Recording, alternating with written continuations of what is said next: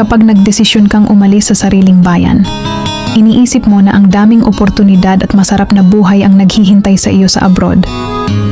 Pero ang katotohanan, hindi ito madali.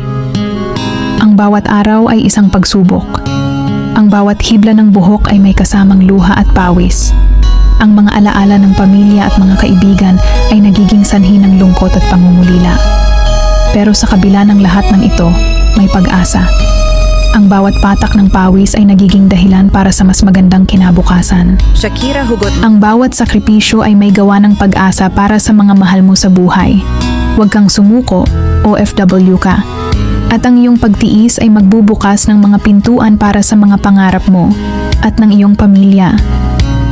Ang buhay sa abroad ay hindi madali, pero ang iyong lakas at determinasyon ay makakapagpatuloy sa mga hamon ng buhay. Patuloy na lumayag, at ang mga hangin ng tagumpay ay magdadala sa iyo sa mga dalampasig ng pag-asa.